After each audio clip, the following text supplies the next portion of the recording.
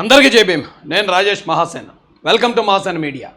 ఇప్పుడు మనం Mahasena media point of వ్యూలో కొన్ని నియోజకవర్గాల్లో ఏం జరగబోతుంది అనేది గ్రౌండ్ రిపోర్ట్ మా యాంగిల్లో మీకు తెలియజేయాలనుకున్నాను. వీడియో చూసిన వెంటనే లైక్, కామెంట్, షేర్ చేయడం ద్వారా ఇది అందరికీ తెలియజేయండి.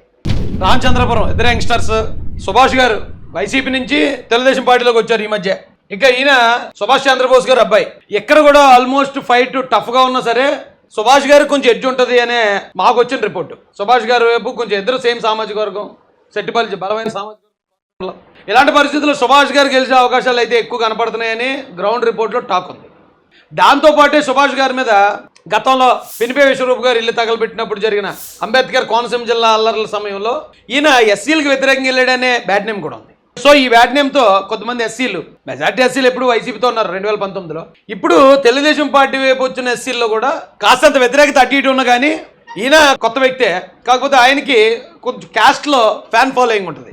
క్యాస్ట్లో యూత్ కొంచెం సుభాష్ అంటే ఆయా మా సుభాష్ అనే ఆ యూత్ ఫాలోయింగ్ అయితే ఉంది ఆయనకి కోనసీమలో. సో అది ఆయనకి అడ్వాంటేజ్ అవడానికి అవకాశం ఉంది. రామచంద్రపురంలో కూడా నేను ఇది చెప్పేది గ్రౌండ్ రిపోర్టే, ఏది కల్పించేది నేను చెప్పట్లే. రామచంద్రపురంలో కూడా తెలుగుదేశం పార్టీకి అక్కడ ఎడ్జ్ ఉందండి. ఇక్కడ ఈయనకున్న డ్రాబ్యాక్ ఏంటంటే వీళ్ళ నాన్నగారికి తోట త్రిమూర్తుల గారికి అసలు పడదు.